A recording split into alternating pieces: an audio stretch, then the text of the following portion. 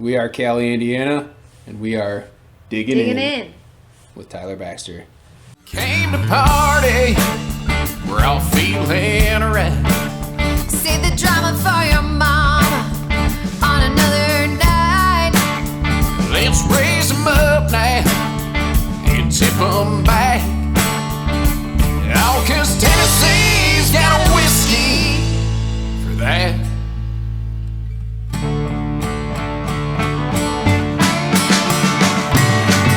Yeah, Tennessee's got a whiskey and I hear it's mighty fine. 'Cause this ain't no occasion for ice cold beers or wine. But it's a long wet Lynchburg. We got a fresh case in the back. 'Cause Tennessee's got a whiskey for that. Boom! Shotgun Locka, episode 24 with Cali, Indiana. Hi, guys. How you doing? If you guys want to introduce yourselves and tell everybody who you are, what you for do. sure. My name's Casey. And I'm Allie. We front the band Cali, Indiana. It is a country music band based here in Omaha, Nebraska. And you guys heard that first. Country, the first ever country Yeah. music band Heck yeah. on this podcast. It was a goal of mine in 2020 to have a country music band on this podcast. Thanks to Elena, I got hooked up with these guys, and I got to listen to you guys today. I don't generally listen to country music. I don't know if I told you that or not. Quite impressed. Right on. Thank you. Not Thank too you, shabby. Genuinely. And we talked about this a little bit beforehand. You guys played last where at? The Royal Grove in Lincoln.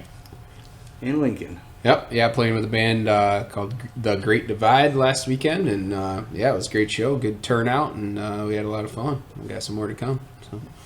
Okay, big question here. What is a good turnout for a country show? Because compared to a hardcore show, if we're playing like something local, 90 to 100, 110, Sure. that's big for a local show. What about for a country show? A good turnout is when you stand on the front of the stage and you can see mostly people and less floor than people. No, actually, yeah, I don't. I maybe Allie has. I haven't dug into like the actual door count, but Royal Grove's a big place. So that being one of the venues that we play is probably definitely the biggest capacity, and I don't know, hon, that's probably like a 400 or 500. Yeah. Capacity. Well, capacity is probably bigger than that, but once you get into that 400 or 500, it's starting to get pretty full. But Nebraska is kind of a country, a lot of rural areas, you know, and country music wise, yeah, they do pretty good. So for sure. You guys play mostly in Omaha or Lincoln or just anywhere that gives you gigs? Anywhere it gives us gigs, yeah, for sure. No, definitely Omaha, Lincoln. We go further west too to like Kearney area. We're in Kearney every couple of months, and yeah, we're gonna be in Iowa for the first time this summer too. So Nope. We played several times in Sioux City. In Sioux as City, well. And then we've played in Michigan before. You were saying you're not originally from here. correct. Yeah. I seen a shirt earlier today. It had a state on it. I couldn't tell if it's Michigan or Wisconsin. Yeah. Michigan. Michigan, okay. Yeah. Yes. Michigan. So what brought you guys down here? Casey's originally from Michigan. Yep. Yeah, no, definitely. Originally from kind of north of Detroit, a little ways, kind of actual greater Flint, Michigan area. But yeah, no, we've been in Nebraska for what 6-7 years now. Yeah. But yeah, obviously as the name would indicate, Allie's originally from the Indianapolis area. The Cali comes from our two names mashed together. I was wondering. Yeah, but there's a little bit of a double meaning there too. So I really like decided I was gonna play music and that was gonna be something while I was living in California. Gotcha. And so I was actually playing drums at the time. I played in a couple of different bands, 80s hair metal cover band to just a classic rock band, and then I towards the end when I was living there, I started playing. Filling in actually for a band that played country, and that was kind of more my background. I was like, yeah, this is a good fit. So met Allie at work, and then she was living in Minnesota at the time. I was still living in Michigan. We both work for a company that's based out of Minnesota. Gotcha. And Allie shortly after we got together, Allie took a job here based in Omaha, and so she moved. And then shortly after that, once we decided like we were gonna be married and shit, that's when I moved out here as well. I was lucky at the time though; I had a job that allowed me to move around and pretty much live wherever I wanted to live. So Omaha, Nebraska, it was, and off we went. But, Boom. yeah. And as far as, did you know that she was a musician at the time when you guys were working together? And how did that, I guess, collab come about?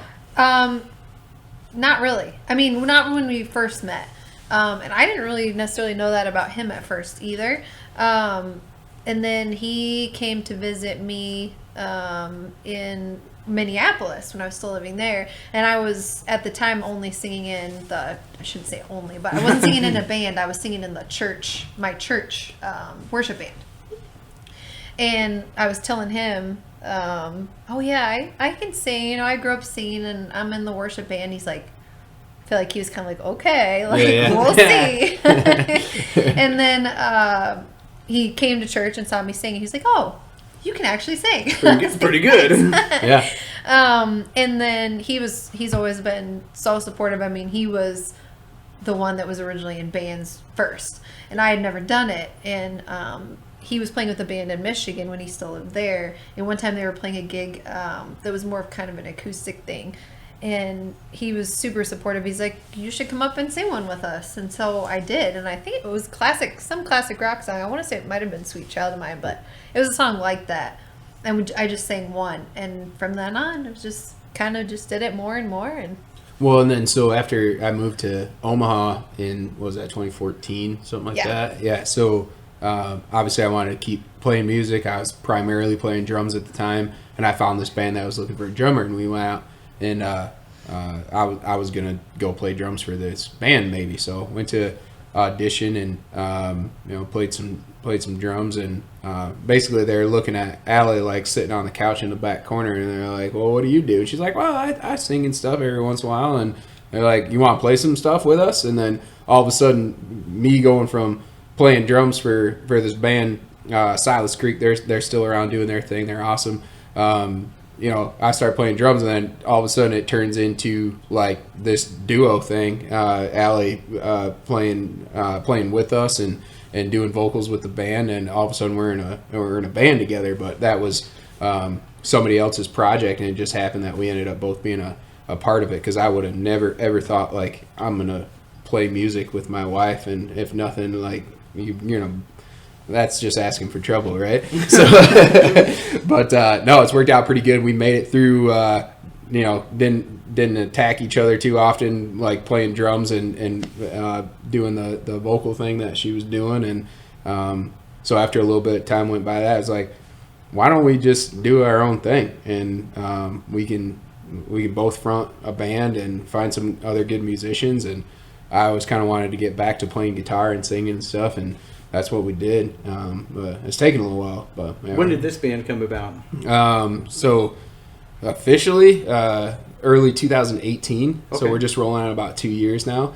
It really took off though. We're very lucky to be with the musicians that we're with now, which we're coming on right about a year with the drummer, bass player, and lead guitar, Joey Bastion, that have been with us for about a year now. And it seems to just really have taken off since that point, for sure. It's funny. It's funny you bring up you used to play in like cover bands, because I know a guy by the name of Mikey Dean. Mm-hmm. Are you aware of this guy? yes, yeah, he's super good. He used to do the same thing. He transitioned from like heavy metal. Yeah. And then now he plays like covers and he plays original music.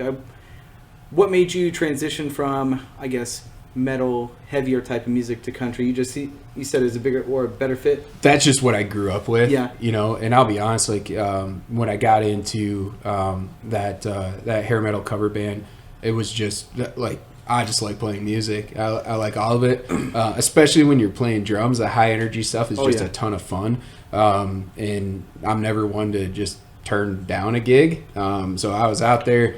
I had a small kit with me, and it was kind of literally, I mean, it was one of those like bandmix.com kind of like who needs a drummer, because it's, Orange County, California. There's 10,000 bands if there's one in a 1 mile radius, right? So you play for who's looking for somebody to play. It's very you can't be super selective out there. So we had a band on a couple weeks ago, or I guess a couple weeks ago, like a month and a half ago, by the name of Keeper of the Morgue. Mm-hmm. The internet is such a useful thing.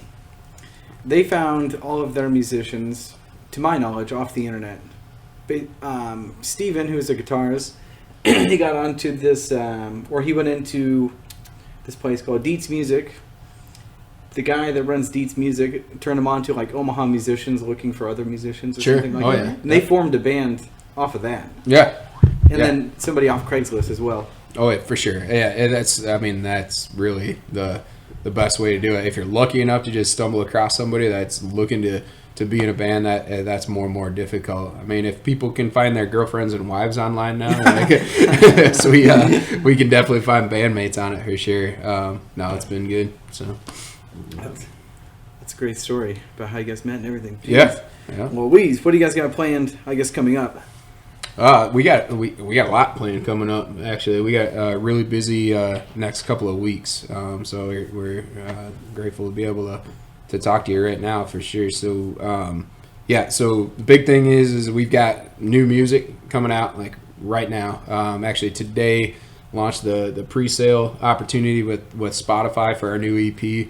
We're kind of doing this in 4-song chunks. So our first one was 2018, first 4 songs. Just kind of getting started with this thing, and we're really excited about that next 4-song set, and that'll be available, like I said, pre-sale today. Next week, though, the 28th of February, that'll go live on all streaming platforms, and you'll be able to find it. Do you find it, I guess, more advantageous to share 4 songs at a time rather than a whole album? Yeah, and to be honest, like budget-wise, for sure, because as an independent artist, it's expensive. You gotta be able to make the budget work and all that stuff, and to be able to pay for studio time, pay for somebody to produce it, mix it, master it, and make it all sound right. That's about what we found is a good mix, and but I also I want to be able to get something fresh out there, like what we all do, right? And so when you break it off in smaller chunks like that, the beauty of streaming services and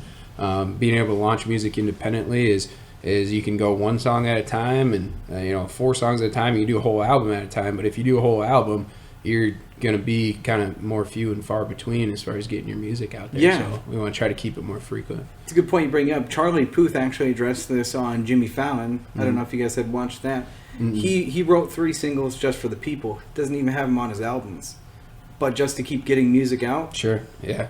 Great strategy. And even Jeremy talked about this last week about how they're putting out 2 EPs in 2020 compared to a full length. Just that way, in the first half of the year they got one, back half of the year they got one. Yeah. It's a good strategy. I like it. Yeah, for sure. We and so we got a great weekend to be kicking this thing off. So Thursday night, the 27th, we're at Slowdown with a guy named Colt Ford, who is awesome, just basically the king of collaboration. He's like a country rap artist, but he's been with guys like Jason Aldean, wrote a lot of songs with Brantley Gilbert, just some really, really big names out there. He's worked with a ton of people, so it should be a great turnout. Slowdown on Thursday. Then we're over in Waterloo on Friday, and then Saturday back in Omaha. So we got a bunch of shows coming up, and Facebook and Instagram, all that stuff. You can find that info. So one big question that you kind of just touched on there: how do you feel about country music kind of straying away from traditional country and moving to more of like rap type beats? Yeah. Who was the first person to do it, and how do you feel about it? So I think what you're talking about is what a lot of people call like bro country, right? Yeah. It's Florida Georgia Line. Yeah. They were the big ones to do it. Yeah, Florida Georgia Line definitely didn't help the situation. That's for sure. But no, I mean, it's all good stuff. I mean, I think what we're finding though is when you have a big mix and a lot of different influences, you see artists like, Florida Georgia Line aside, you see other artists like Taylor Swift crossing over the other way, and you see other people from the other genres trying to come into country music. Hell, freaking Steven Tyler is considering himself a country artist now, right? Yeah. So what we find is I'm all for it because there's a big, huge mix of an eclectic audience that is finding something in country music radio that they can kind of attach themselves to. And I don't know how you feel about it, Hun, but Oh, well, I actually think it goes back much farther than Florida Georgia Line. Can't wait to hear this. Yeah, so a different podcast I would recommend if you're super into country music or if you want to learn about country music is David Allan Coe's son, Tyler Mahan Coe, did a super interesting podcast series called Cocaine and Rhinestones, where not only does he draw from his own experience, obviously being the son of a very, very well-known country artist, but he also did extensive research into the origins of country music. And what's amazing is so many different times throughout country music's history, they've drawn on new genres and really transformed it and made it something new. And every single time it happens, just like any other genre, I'm sure, people say it's not like it used to be, but the goalpost has been moved so many times. We're so far from the origins of where country began. So to me, I love that people are pushing the boundaries, and I think everyone should find something in country music that they love, especially because, like I was saying earlier, I didn't grow up listening to country, so I'm probably... Actually, I was going to say I'm a little atypical, but I really don't think I am anymore because country's becoming so much more inclusive of different kinds of people. I didn't grow up listening to country at all. The only country that I remember really growing up, nobody ever told me it was country. I didn't even know, like... Kathy Mattea, Trisha Yearwood, I got introduced to with my dad just playing music. He wasn't like, this is country. I never heard anybody call it country. So really, I didn't even know country music was really a thing until high school. Realizing it was a different genre. So I grew up with such a bigger worldview of what music was out there that I think it's a little closed-minded personally to evaluate it one way or the other. I think there's room for everybody under the tent. That being said, there's certainly country music that's better and higher quality, and what I guess we always try and do, and I think every other artist in Nebraska does too, is really bring authentic music that means something to us to the table. I think what we don't appreciate and why bro country gets such a bad rap is because a lot of it really is formulaic. I mean, it really is a formula that they use to create hits. Gotcha. And, you have to have this key and these people working on it, or it's got to talk about these certain things, and then it's a hit.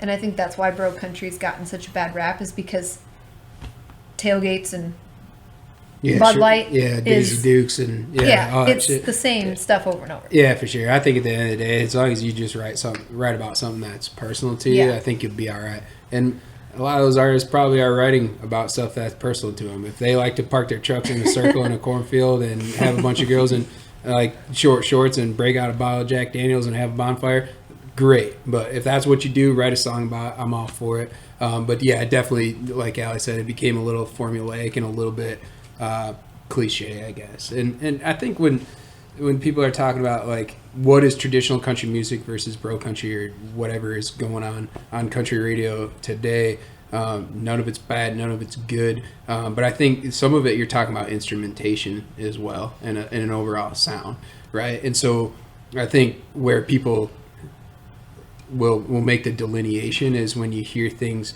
like drum machines and click tracks and right? Yeah. So what we really wanted to focus on with our band is going to play our music. So when you listen to this new EP that comes out next Friday, Shadow Lake Sessions, you'll hear our band playing every single note on those tracks. Meaning Joey's playing that Telecaster, BJ's playing an acoustic drum kit, Michael's picking that Fender bass, and I'm playing that old Gibson guitar, right? So when you go and see one of our shows, it's going to sound just like that because there's no drum machine, there's no background production, there's nothing else other than the organic elements of the band, and that's what we try to stick to. I appreciate that a bunch because I think as far as rap artists go, I hate to dog on rap here, why pay $75 or however much these people charge to go watch people lip sync and watch people give half an effort when everything's just backtracked? That drives me insane. For sure. Cannot stand that stuff. So to hear you guys say that you guys are actually playing up there. I understand you guys are always playing up there, but in all country artists are all playing up there. It's refreshing. Yeah. No, there's an ask for every seat. There's there's an audience for every artist, I guess you could say. But it's what are you looking for, So we try to be real clear about what we do, what we try to do, and then the artist or the audience, I should say, that comes out to see that show, that's hopefully what they're looking for. So good deal. You were talking about authenticity. I actually started a Facebook argument. I didn't mean to start it. I did not mean to start it. So this kid at Pizza Hut the other day, where I work at, he brought up like a band that is kind of notable for not being that great, but pretty popular. Sure. Right? And I'm like, oh, this guy tried to share this band with me. Oh, they're so bad. And then this kid is like, well, they're doing something right. They got 3 million. They got 3 million likes on this, or 3 million plays on the song. Yeah. I don't know if that is relative. There's a market for them, but I don't think the traditionalist, hardcore kids truly like that band. I think, yeah. I think right back to what we were talking about before when it comes to authenticity, you can pander to some stuff and you could probably get 3 million views on YouTube, right?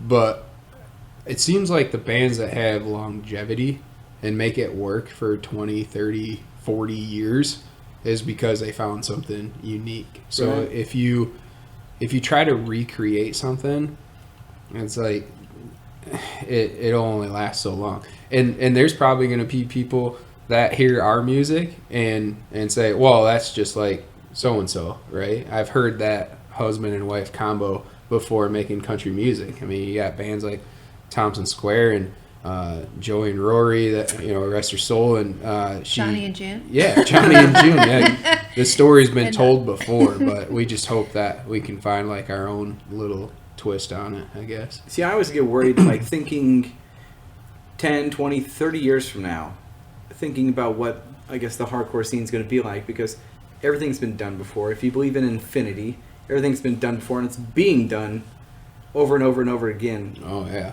So I'm trying to think of how hardcore music, or music in general, is going to get better. Mm-hmm. Do you ever get scared about that? Yeah, absolutely. I get scared about even how do I write the next song that doesn't sound like the one I just finished. You know what I mean? But I guess you just trust your gut and try to go with an idea, and I don't know. What do you think? Yeah, I mean, I think what's interesting about today is I think there's so much opportunity for so many more people to be out there making music, which is amazing. And I think, right or wrong, there's always been people I'll give people the benefit of the doubt and say be inspired. They were inspired by somebody that came before them, right? And that's an age-old argument of were they inspired by them or did they, copy them? But I think ultimately there's some of both in everyone who makes music. I mean, certainly my biggest influence, hands down, is Miranda Lambert. I mean, when I first started really knowing what country music actually was, she was the first song I learned to play on guitar.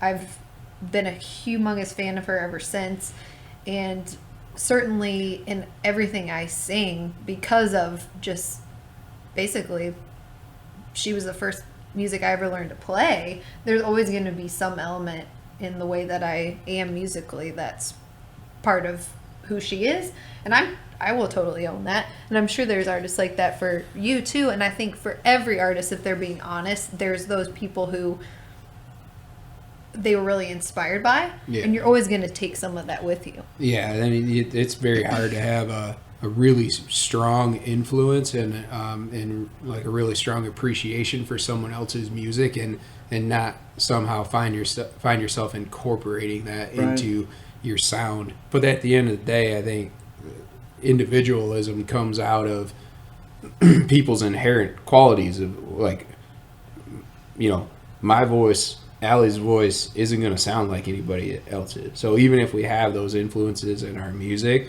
you know, hopefully you can still cue up one of our songs on your phone and take off for a run or take off on a drive or whatever. And when that song comes on, you're still going to be like, oh, that's Cali, Indiana. You know what I mean? And you're not going to confuse it for a Miranda Lambert song because Allie Right. appreciates Miranda Lambert music, or I appreciate Eric Church music, or whoever, right? So Now this brings up the question: what side of the fence are you guys on when it comes to Greta Van Fleet sounding exactly like Led I Zeppelin? was yeah. thinking that. No, you go ahead. Mm-hmm. What do you say? I think it's super cool. It's 2020. It's pushing 60 years. Oh, now? I mean, 50 years anyways, since Led Zeppelin had their day.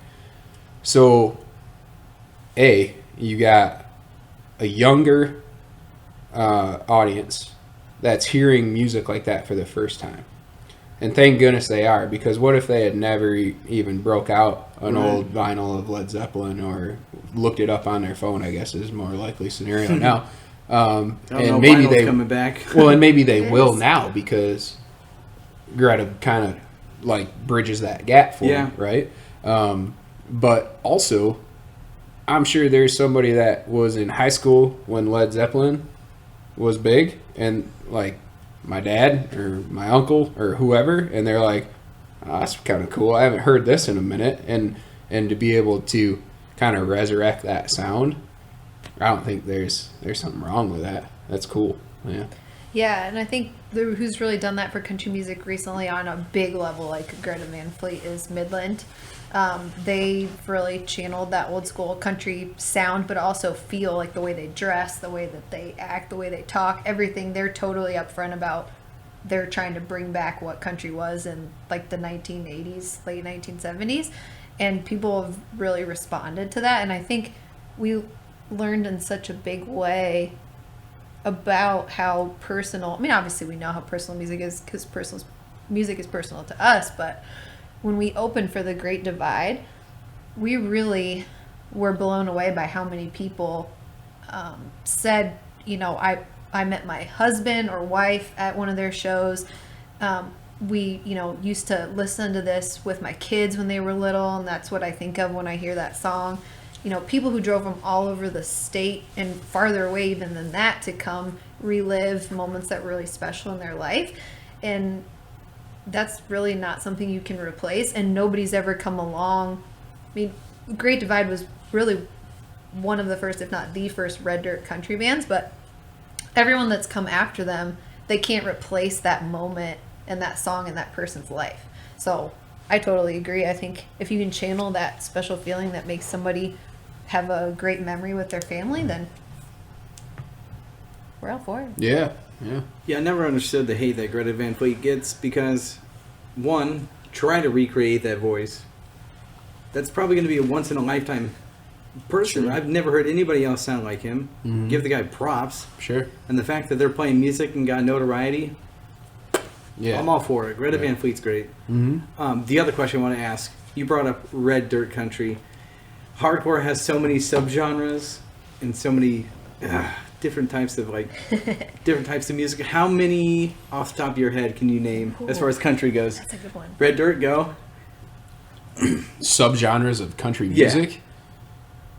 That's a really good question. That's a I don't. good That's question. problem is I don't know as they have a lot of names. Like we were talking about, red dirt country, which really all that means is bands that are based out of Texas and Oklahoma and Kansas and I guess Gotcha. Nebraska is more and more becoming a part of that. But yeah, I mean we talked about the bro country thing as well, which has certainly sort of become its Red dirt, its thing.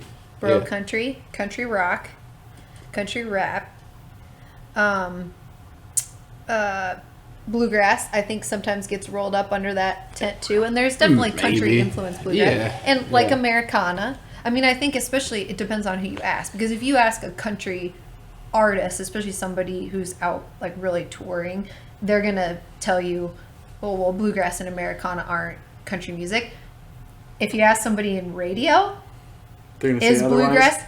Yes, absolutely, because you're not going to get played on the radio anymore, which is a whole other conversation. Maybe you're going to bring it up, but country now, if you're going to be country, country is a wide tent. Like you were saying, there's a lot of people who are considered country that probably wouldn't be, but I'm sure it's the same for hardcore. There's probably some people who are considered hardcore that really maybe in the 80s wouldn't have been considered hardcore, but there's nowhere else for them to go now. Yeah, because I mean, then it all ends up boiling in terms of like mainstream radio. I guess you just call it pop country.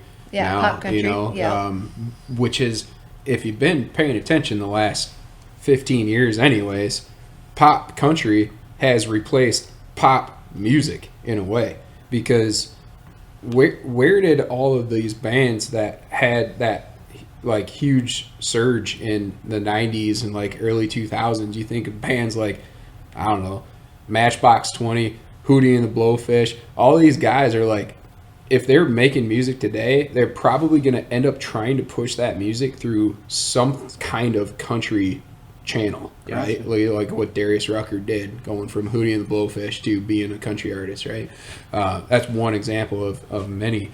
But it's because if you're not like mumble rap or like DJ music getting played on the quote unquote pop station, there's not really a good home for you. Yeah. I mean, I grew up in Detroit, and we're still lucky. Like when I go back there still is a rock station that plays bands like Greta Van Fleet and Stained, and like some of the guys that are still doing it, right? Metallica, they have like the mandatory Metallica. I think they do once an hour or something like that. That's pretty cool.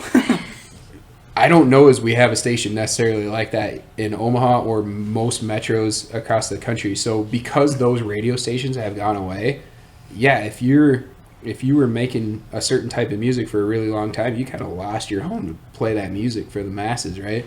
Thank goodness for streaming services and stuff where we can do that independently. But man, it's tough to get stuff played on the radio unless you're very bucketed. I was going to say, you're touching on a very good point here. Before I forget, outlaw country and classic country. Okay. More buckets, yeah, more subgenres, yeah. Continue. What I was going to get at is like, how useful is radio and TV anymore? You can see the transition between TV and Netflix. Like Netflix, you could care less about TV. You can get everything on demand, right? Mm. Radio is being replaced by Spotify. Tell me I'm wrong. Oh, 100%.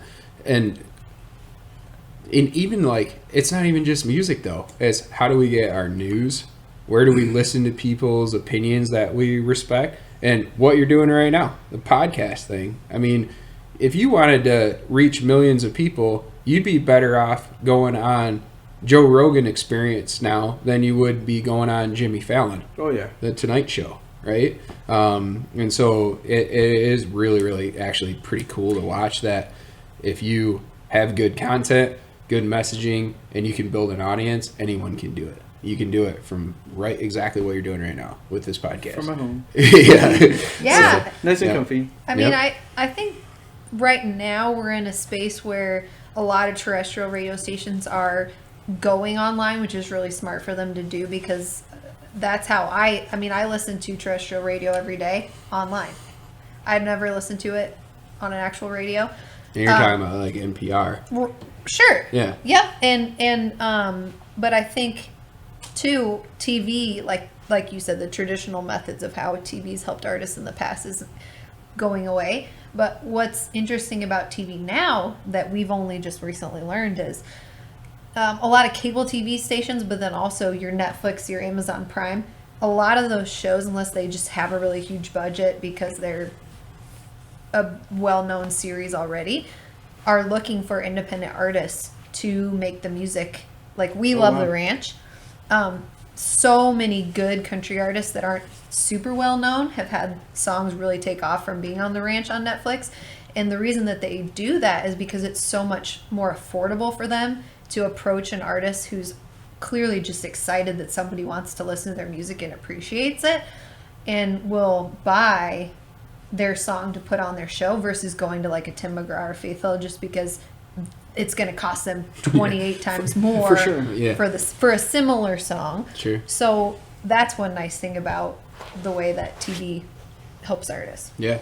Even on some of the YouTube channels I watch, like they can't put big songs on there. It's always SoundCloud people. Yeah. And it gets them notoriety because these subscribers have 2.3 million subscribers. Oh, wow. Yeah. And these people get viewed for the first time. You got 485,000 people Yeah. watching that for the first time. It's going to grow you.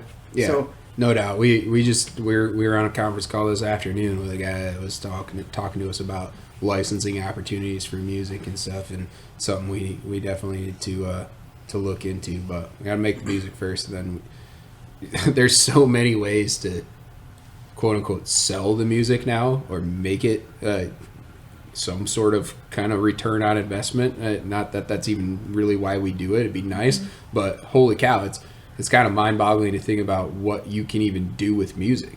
I mean, 50 years ago, you made a record, and hopefully some radio station played it, and then you go tour. It's not about that anymore. There's so many different things you can do with your music once it's created. It's crazy. So isn't it crazy to think like 70s, more 60s, 70s, 80s, like flyers were the main source of the flyers and hearsay. because there's a show in town. Yeah. Yeah, we're the main sure. source. Now we have marketing available on Facebook. You have it on Google. Well, shit, I even have bands in town send me reminders. Like, how nice is that compared to what it used to be? It is. It's nice, but on the flip side, it makes it so competitive that every club in town or every little dive bar or every block party, street dance, rodeo, fill in the blank event can now market their stuff the same way and attract that audience. Sure. So we've also become so much more diverse in terms of how we just receive our entertainment that, man, it's difficult. You gotta be trying at least to really do something special for somebody to even bother with you. Because I mean, good luck, right? So it's competitive for sure. It's a good thing too, because man, at the same time, like what we were just saying, you can now create content and actually get it to an audience at the same time. Where before, if you didn't have that one studio in town that let you make a record, you're playing in your basement. Shit out of luck. Yeah, absolutely. Yeah. Fair enough. Well, we're almost done here. We got 3 minutes. So how about this? Plug all your stuff. Plug Facebook, YouTube, all that good stuff. Yeah. And then how about this? What city are you aiming to play at by the end of 2020? Plug it all, name a city, and go. Right on. Well, I'll do the city. You can do the social media plugs, but our goal still is to try to play a show in Nashville sometime. Nashville. I mean, that's the heart of it. That's where it's happening. We're gonna make it happen. So we're working on that. But social media guru Allie is gonna tell you where to find Love the your stuff. attitude. Yes. Facebook.com/Cali, Indiana with K right here, KALI, Indiana. Also Instagram.com/Cali, Indiana, Twitter.com/Cali, Indiana. We're real easy to find. Our website's www.caliindiana.com. You can find us on SoundCloud, soundcloud.com/Cali, Indiana. We're on all the streaming platforms. iTunes, Spotify, YouTube's a big one. Yeah. Oh yeah, YouTube. Just look up Cali, Indiana. We have a channel. And then Snapchat. Yep.